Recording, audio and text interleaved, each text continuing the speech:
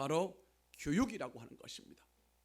끊임없이 반복적으로 계속해서 교육을 시키고 또 시키고 또 시키고, 그런데 그 교육의 핵심은 여호와 하나님이십니다. 교육의 텍스트는 성경입니다. 이걸 가르쳐 어릴 때부터 귀가 딸도록 얘기를 하고 그들에게 반복적인 교육을 계속해 나가는 이런 모습을 우리가 보게 되면서 이것이 원인이다 라고 말할 수가 있을 겁니다. 또 하나의 이 놀라운 역사의 수레바퀴는 바로 신앙이라고 보게 되는 것입니다. 교육에 대한 정열과 신앙에 대한 정열이 이스라엘 민족을 그 어려운 환경 여건 가운데서도 경이로운 민족이 되고 세계 역사 가운데 핵심적인 역할을 하게 했던 것이라고 봅니다. 무엇이라고요? 교육과 신앙이란 말입니다. 세계에서 우리 한국 사람들만큼, 한국 부모들만큼 교육열이 높은 나라도 지구상에 존재하지 않습니다. 우리가 말하는 이 학교 교육을 제외한 사교육, 이 사교육을 우리나라처럼 하는 나라가 이 지구촌에 전혀 존재하지가 않습니다. 여러 가지로 통제하고 그것을 가로막으니까 이 정도지, 그냥 자유롭게 만들어 놓게 되면 이보다 훨씬 더 아마 사교육 열풍이 몰아치게 될 것입니다. 그래서 우리가 알고 있는 것처럼 우리나라 또한 세계 역사 가운데 내놓을 만한 것이 없는 얄궂은 역사를 가지고 있는 민족 아닙니까? 그런데도 오늘 이렇게 세계를 우리가 영향을 미칠 수 있는 국가가 되고 민족이 된 것도 돌이켜보면 이 교육의 열정이라고 해야 옳을 것입니다. 미국에 유학을 가 있는 학생들을 보게 되면 전에는 일본 사람, 그 다음에 한국 사람이었어요. 지금은 일본 사람보다 한국 유학생들이 더 많습니다. 그만큼 교육에 대한 열정이 높은 나라임에도 불구하고 문제는 갖가지 문제점을 안고 있는 겁니다.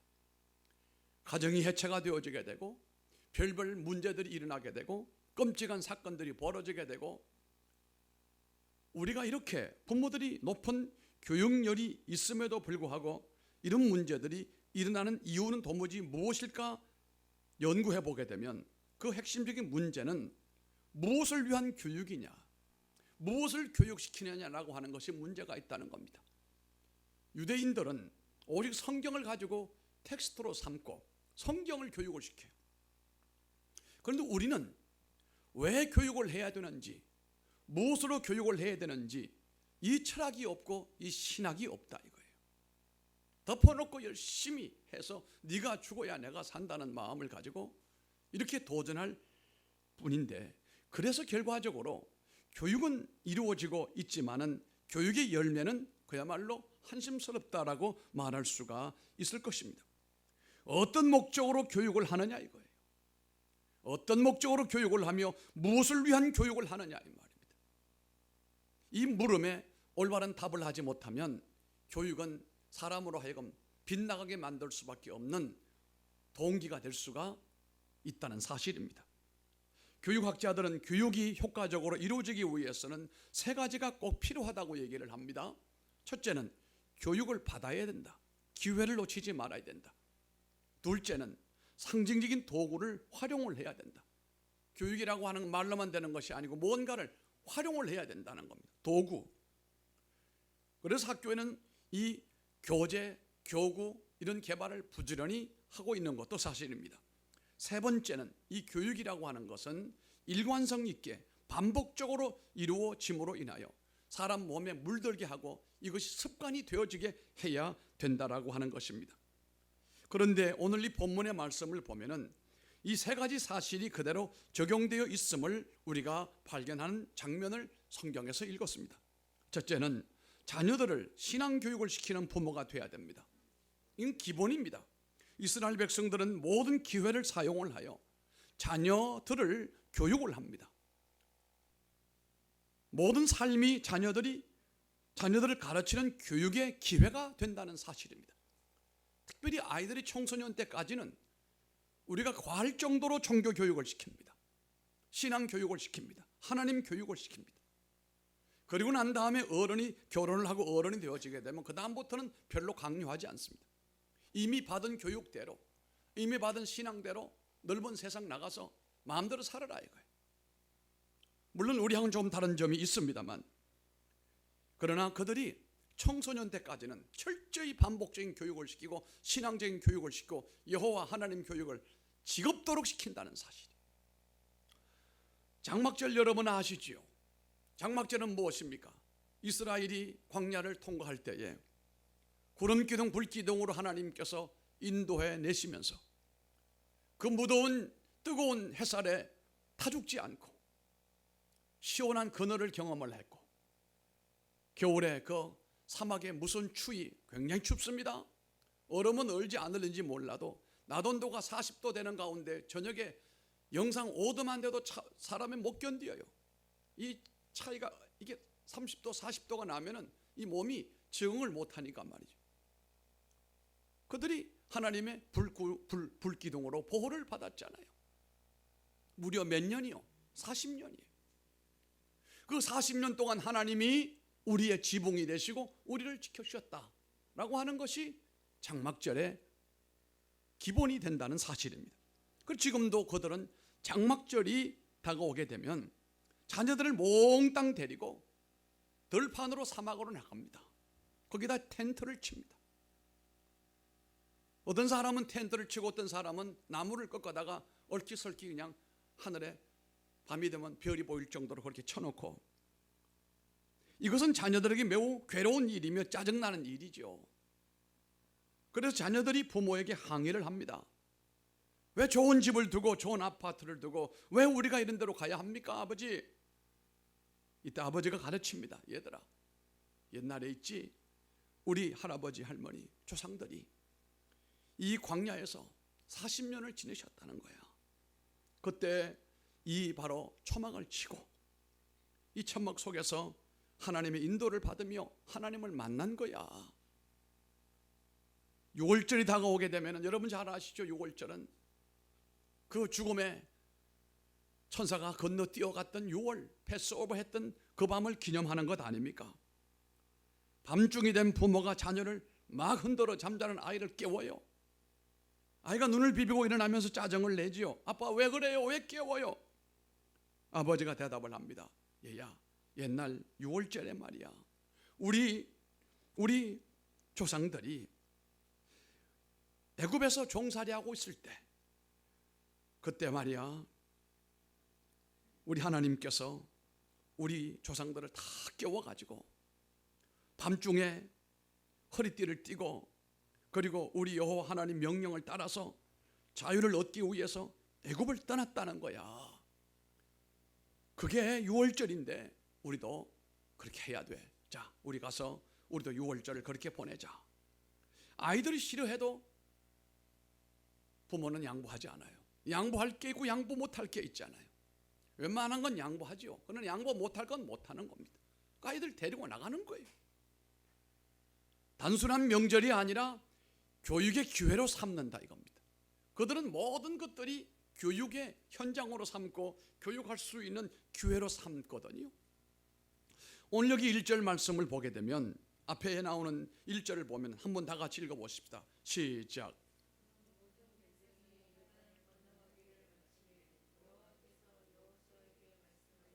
예, 4절에요.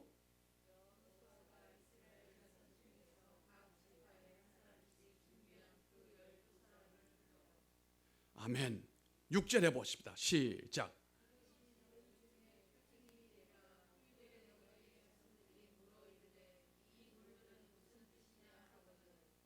하나님께서 이 부모들이 하는 교육, 이 교육을 이 부모들은 누구한테 배웠습니까? 하나님께 배운 거예요.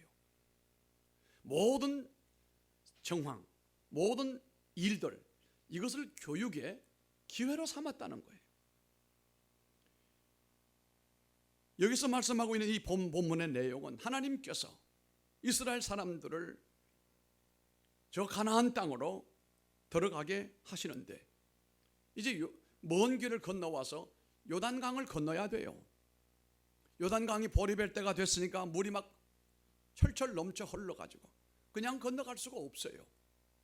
그런데 하나님의 놀라운 역사로 제사장이 그 언약궤를 메고 앞장서 가므로 물이 멈췄다는 것 아닙니까? 모같이 홍해처럼 건넜어요. 건너고 난 다음에 잘 건넜다 이제 이거 아닙니다. 하나님이 그것을 교육과 교훈의 장으로 삼는데 저 마른 땅에서 각 지파별로 돌 하나씩을 가지고 오느라 강바닥에서 각 지파별로 돌 하나씩을 가지고 왔지요. 이걸 가지고 길갈에 와서 길갈의 강변에 여기다가 이 돌들로 탑을 쌓아라. 돌단을 쌓아라 이 말입니다. 여기 19절 20절 말씀 가운데 보니까 정월 10일에 백성이 요단에서 올라와서 여리고 동편 지경 길갈에 진칠 때에 그때 여호수아가 12돌을 가지고 돌을 12돌을 길갈에 세웠다. 이게 바로 기념비였습니다. 이걸 왜 세웠습니까? 후일에 너희들의 후손들이 이것이 무엇인가라고 하거든 하나님의 그 흔적과 하나님의 역사를 얘기를 해라. 물이 철철 흘러넘쳐 우리가 도저히 건너갈 수 없는 강이었는데 하나님 말씀 따라 믿음으로 우리가 요단강을 건널 때 물이 말랐다. 그래서 우리가 마른 땅을 건너왔는데 그것을 기념하기 위해서 이 돌을 여기다가 기념비를 세웠단다. 후손들에게 길이길이 다음에 얘기하고 또 얘기하고 또 얘기를 해라 이거예요. 여러분 이게 신앙교육이라고 하는 것입니다. 그들은 이렇게 고생 속에서도 고생으로 말하지 않고 안전지대에 살만할 때에 후일에 내 자손에게 아들과 딸들에게 교훈을 주기 위해서 무섭고도 끈질긴 정열과 집념을 가졌던 교육을 시켰다는 겁니다. 모든 삶의 기회를 그냥 넘기지 않고 이것을 교육의 방법으로 삼았다는 얘기예요. 부모들이 고생을 많이 합니다. 이걸 자식들이 알게 해야 돼요. 자식들이 부모가 얼마나 고생하는지를 알게 해야 돼요. 아버지가 얼마나 힘들고 엄마가 얼마나 힘든지를 자식이 알게끔 해주는 부모가 돼야 돼요. 우리는 학교 교육만을 중요하게 생각을 하고 이것만이 최고라고 착각을 합니다만 자녀들이 가장 많이 시간을 보내는 곳은 학교가 아니고 가정입니다. 자녀들의 최고 교사는 다름이 아닙니다. 부모들입니다. 그리고 최고의 교실도 학교가 아니라 가정입니다. 우리 그리스도인들은 자녀들과 함께 나누는 태도가 모든 기회를 통해서 어떻게 하든지 그 기회를 통하여 신앙의 교훈을 가르쳐야 되고 하나님을 가르쳐야 되고 그들의 뼈 속에 하나님이 들어가게 해야 된다. 가정에 어려움이 오거나 역경이 오거나 좋은 일이 오거나 이 모든 것을 하나님 교육시키는 장으로 만들어 기회로 삼아라 이거예요. 그래서 나는 떠나지만 우리 아이가 똑같이 나와 같은 믿음의 사람으로 후손들에게 똑같이 얘기를 해줄 수 있는 그런 자녀가 되게 하라 이런 말씀입니다. 미국 경제지에서 경제지 포버스가 선정한 해마다 세계에서 가장 아름다운 영향을 끼친 사람을 뽑는데 한때 미 국무부 장관이었던 곤돌리자 라이스라고 하는 여성 국무장관을 뽑았는데 왜 선정했는가? 그 이유는 최연소 국무 장관이 되었음에도 세계를 가장 다이나믹하게 움직였던 인물이다. 탁월한 리더십과 판단력으로 세계의 지도자가 되기에 충분하다 그랬습니다. 후일에 이 곤돌리자 라이스라고 하는 사람의 리더십과 그의 국무장관의 훌륭한 업적을 되새기면서 그를 추적했던 한 기자가 있었는데 그 기자가 썼던 그 글 마지막 부분에 이런 말이 있습니다. 그가 세계 지도자가 된 데는 그의 아버지 존 웨슬레와 그의 어머니 엔젤리나의 영성과 지성의 영향이 제일 컸다. 그들은 할아버지께서 개척하신 웨스트민스터 교회를 온 가족이 섬기면서 그 교회에서 아버지는 설교를 맡고 어머니는 오르간 반주를 맡고 그 라이스는 피아노 반주로 하나님을 섬기며 하나님을 최고로 받도록 섬기는 이 신앙 교육을 부모 할아버지 때부터 계속해서 이어받아 가지고 그 라이스도 그 부모님의 영향으로 그가 신앙의 터전 위에서 기독교적인 이 헌신과 봉사의 리더십을 배웠다. 그렇게 설명을 했습니다. 여러분, 세계에서 가장 큰 복을 받은 사람이라고 한다면 록펠러를 얘기할 겁니다. 건돌리자 라이스가 처녀의 몸이지만 전 세계를 움직이는 강력한 지도력을 가졌던 것은 그 부모님들, 그 위에 조상님들로부터 이어받은 신앙과 그의 영성과 기성이 영향을 미쳤다는 것 아니겠습니까? 지금 말씀하려고 하는 록펠러도 그가 그 당시 최고 복을 받은 사람입니다. 무려 그가 11조를 위하여 11조를 관리하는 직원이 무려 40명을 둘 정도가 됐으니까 이거 말하면 잔소리 아니십니까? 11조의 비밀을 안 최고의 부자 록펠러라고 하는 책이 있는데 그 책을 읽어보게 되면 그것은 바로 그가 개발해낸 것이 아니고 그의 어머니 엘리자라고 하는 그 어머니의 영향 가운데 그가 그렇게 교육이 되어졌다고 했어요. 여러분 아들과 딸이 여러분 아버지 어머니의 신앙 교육과 가르침을 안 듣는 것처럼 보여도 아닙니다. 듣습니다. 교육을 안 해서 문제지요. 교육을 중단해서 문제지요. 내가 믿는 이 신앙과 내가 가지고 있는 뜨거운 열정을 이 자녀들에게 가르치고 또 가르치면 그 자녀들이 언젠가는 주님 앞에 그 영향을 나타낼 때가 오는데 문제는 그 자녀들에게 말하지 않는다는 거예요. 부모가 교육을 하지 않는다는 사실이에요. 가르치지 않는다는 거예요. 자신이 믿는 신앙에 대한 확신을 아이들에게 말하지 않는 것이 문제다 이 말이에요. 이 엘리자의 영향으로 어린 아들에게 신앙 교육을 시켰습니다. 처음부터 여러분 이 록펠러가 잘 살았습니까? 아닙니다. 가난한 집의 아이였습니다. 그렇지만 철저히 교육을 시킵니다. 아예 이 엘리자는 신앙의 교육 10계명을 만들었어요. 10계명을 만들어 가지고 이 아들에게 때마다 얘기를 하는 거예요. 그리고 마지막에 숨을 죽어가면서 숨을 헐떡이면서 마지막 아들의 손에 쥐어준 것이 뭐냐고 하면은 돈도 아니요 아파트도 아니었어요. 여러분 돈이나 아파트는 영원한 것 아닙니다. 그런 것을 관리하고 그런 것을 운용할 수 있는 믿음의 능력과 축복권을 안겨다 줘야 돼요. 숨을 넘기면서 이 엘리자가 아들의 손에 쥐어준 것이 뭔지 알아요? 신앙 10계명이었어요. 그가 늘 아이에게 가르쳤던 그 내용이 신앙 10계명이었는데 그것을 적어준 쪼가리를 손에다 쥐어줬단 말이에요. 나중에 장례를 치르고 난 다음에 이 내용을 펼쳐 읽어본 록펠러가 눈물을 흘리는 겁니다. 여러분 잘 알 겁니다. 그의 10계명 어릴 때부터 가르쳤던 내용이에요. 그리고 록펠러가 어머니가 가르쳤던 신앙의 10계명대로 살았더니 세계에서 가장 큰 복을 누렸다는 거 아닙니까? 첫째, 하나님을 친아버지로 섬겨라.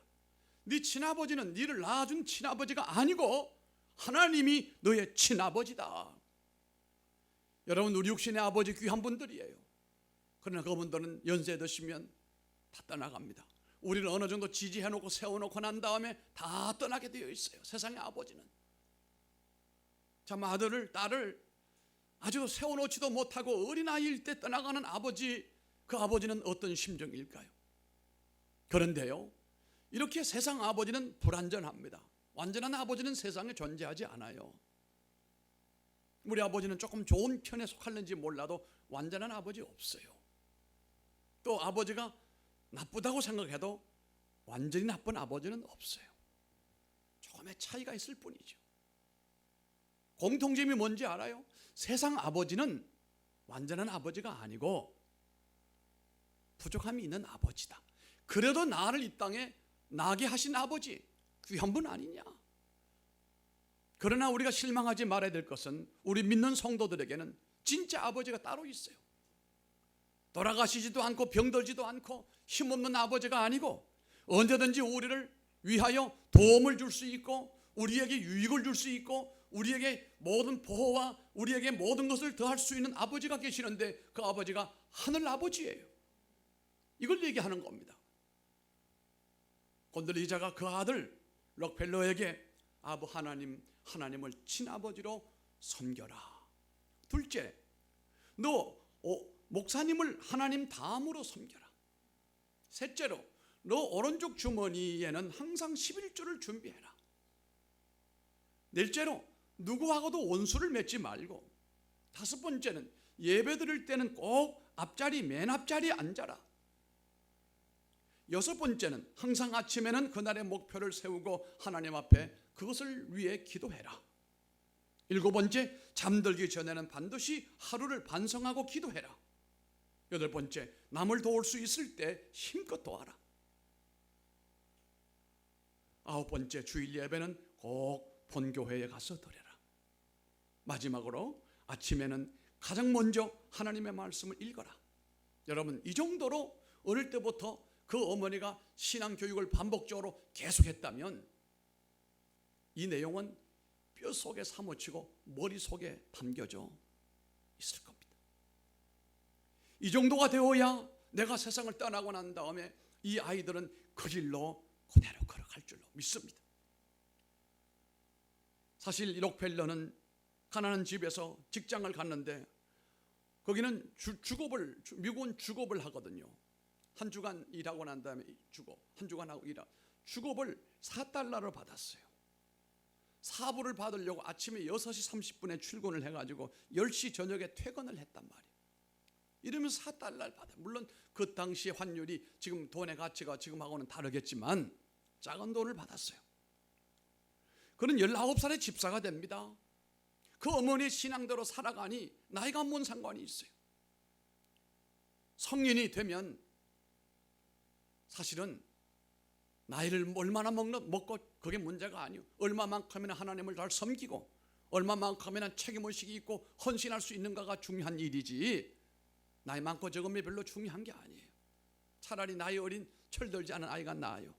나이는 잔뜩 먹고 나이 자랑 못하는 사람보다 나은 거 아닙니까? 19의 록펠러가 집사가 된 거예요.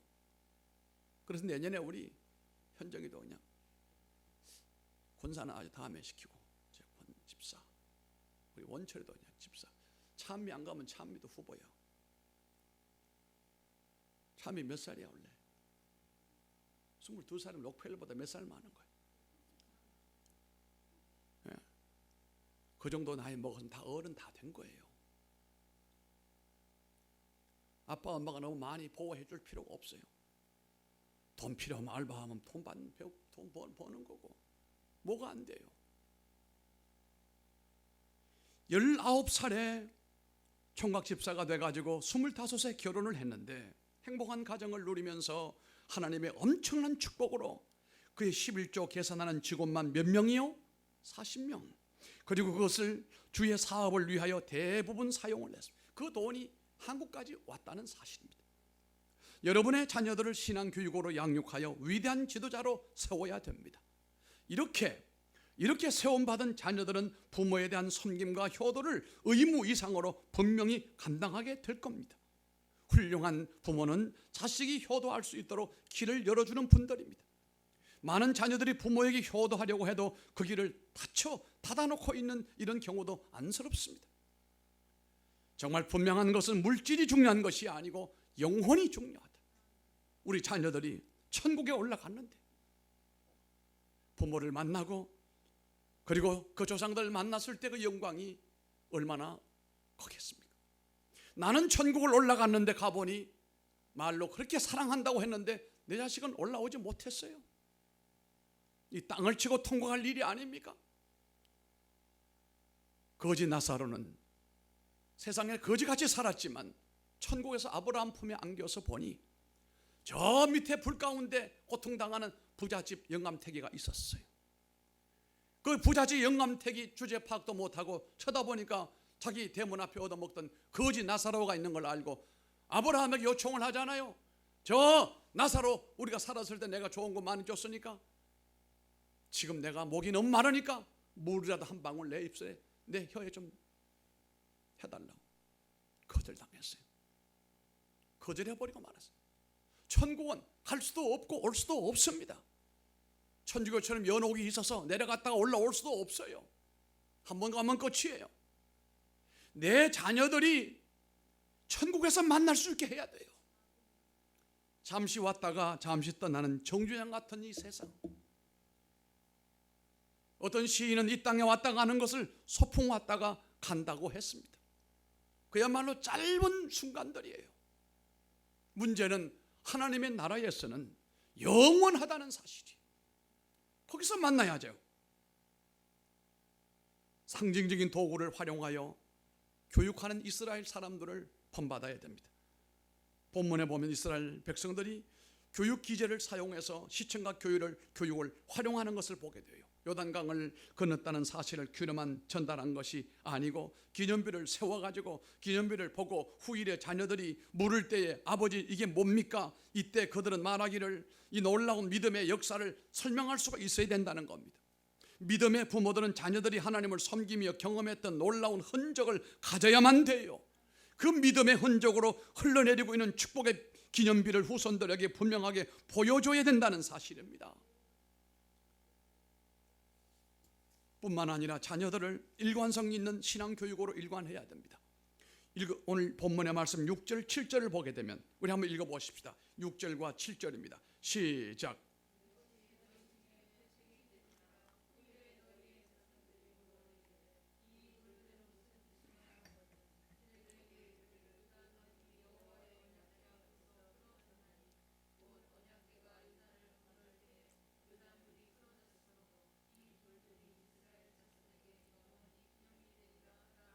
아멘. 이 말씀의 내용을 자세히 보게 되면 자녀들에게 얘들아 요단강 물이 흘러 넘쳐서 도저히 넘칠 수가 없었지만 하나님이 건너라고 하실 때 위험을 무릅쓰고 죽을 각오를 하고 건넜더니 물이 그냥 그렇게 흘러 넘치던 물이 끊겨져 버렸단다. 다시 말하면 이 사건을 통해서 하나님의 위대한 사역과 고난과 혼란과 파도를 이기는 하나님의 위대한 능력을 그들 후손들에게 전달하기를 원하여 이걸 이렇게 했다는 사실입니다. 부모들은 내 인생을 통해서 경험한 믿음의 소중한 가치와 경험을 부지런히 자녀들에게 전함으로써 하나님의 위대한 역사가 그 자손들에게 계속해서 흘러내리게 해야 됩니다. 그들의 믿음에도 이것이 나타나게 해야 된다는 사실입니다. 가능하다면 믿음의 조상에 대한 일관성 있는 내용을 꾸준히 얘기함으로써 그들도 하나님에 대한 뜨거운 기대와 헌신이 일어날 수 있게끔 해야 되는 겁니다. 우리 부모들이 자녀들에게 아무리 커다란 도움이 된다 해도 우리는 영원한 도움을 자녀들에게 줄 수가 없는 존재임을 우리가 잘 알고 있습니다. 나이 들면 도리어 부모가 자식의 도움을 받아야 할지 몰라요. 언젠가 사랑하는 자녀들 곁을 떠나야 된다는 말입니다. 우리가 그 부모들은 더 이상 우리들에게 도움을 줄 수 없는 자리로 가버리고 말 수가 있을 때에 과연 그 남아있는 자녀들에게 누구가 그들의 도움이 될 것인가? 하나님이 그들의 도움이 되게 해야 되는 것 아닙니까? 하나님이 그들에게 내가 경험했던 것처럼 하나님의 놀라운 은혜를 경험하며 살아가게 해야 되는 것이 아니냐 이 말씀이에요. 참으로 2021년 이 신앙유산주일 어버이 주일이 참으로 안타깝기도 하고 가슴 아프기도 하고 참 송구하기도 합니다. 하나님 앞에 우리 믿음의 훌륭한 분들이 많이 하나님 품에 안겼어요. 우리 정경희 사모님이나 이윤영 집사님이나 그 앞서서 우리 김올자 집사님이나 또 우리 박 장로님은 치료차 고향으로 가시고 이 상황을 바라볼 때 저는 어저께도 그랬고 참 마음이 편치가 못했어요. 아이들이 카네이션을 달아줬는데 조금 달고 내가 뺐어요. 내 육신의 어머니는 지금 요양원에 모시고 있고 우리 장모님은 늘 함께 할 줄 알았는데 하늘나라 가셨는데 내가 아직은 이 카네이션을 가슴에 달 정도로 자랑스럽지 못하다 해서 내가 어저께 잠시 아이들 정성을 봐서 꽂고 있던 이 카네이션을 뺐어요. 오늘도 그런 심정입니다. 물론 이분들은 천국에 올라가셔서 새파마는 세상에 눈물 아픔이 없는 낙원에서 즐거움을 누리고 계실 줄로 믿습니다만 그러나 그 아쉬움 말로 할 수가 없어요. 속히 우리 박 장모님도 치료가 되어 돌아와야 되고 교회가 다시 힘을 얻게 돼야 되고 가신 그분들보다 더 훌륭한 믿음의 성도들이 벌떼처럼 일어나야 되고 여러분들이 그 자리를 메꿔야 되는 것 아닙니까? 교회 역사가 50년이 다 되어가는 교회가 여기서 이렇게 주저물러 앉을 수는 없는 것 아니겠느냐. 하나님이 놀라운 사실은 말이죠, 그 교회 역사 가운데서 쓰실 사람을 하나님이 지금 붙들고 계세요. 하나님이 그 역사 50년의 이 교회 역사에 하나님의 쓰실 사람을 붙들고 하나님의 역사를 이루어내기를 원하신다는 것을 여러분이 믿음으로 살펴보시길 바랍니다. 바람개비 돌아가는 것처럼 돌아다니는 신앙을 던져버리고 하나님의 손에 붙들림 받아요. 내가 역사에 그 맥을 이어나갈 수 있는 믿음의 용사가 되리라. 우리 자녀들을 철저히 신앙으로 양육을 시키고 우리 가정은 하나님의 참 아름다운 사철의 번바람이 이어져가는 믿음의 가정, 하나님의 교회를 섬기는 가정으로 만들어버리고 내가 이 교회에 정말 하나님의 붙드는 일꾼 하나님의 사람이 되어서 귀하게 쓰임을 받고 나중에 역사가 말하기를 그때 아무개를 통하여 하나님이 역사했노라, 누구를 통해서 하나님이 일을 진행을 하셨다. 이것이 바로 내가 되면 좋겠어요. 우리 자녀들에게도 이것을 얘기할 수 있는 부모라고 한다면 믿음의 조상이다. 존귀하신 아버지 하나님, 감사합니다. 오늘 이 요단을 건너고 난 다음 기념비를 세워놓고 후대에 일관성 있게 이 광경을 모르고 있는 후손들에게 100년이 지나고 1000년이 지나고도 알 수 있도록 일관성이 있게끔 교육을 하라고 했습니다. 뿐만 아니라 이것을 이용을 하여 상징적인 도구를 통하여 눈에 보이는 이 기념비를 보이면서 교육을 시키라고 하셨습니다. 뿐만 아니라 자녀들을 신앙 교육을 시키는 부모가 되어야 된다는 사실을 우리가 알았습니다. 유대인들은 지금 파란 곡절이 많고 얄궂은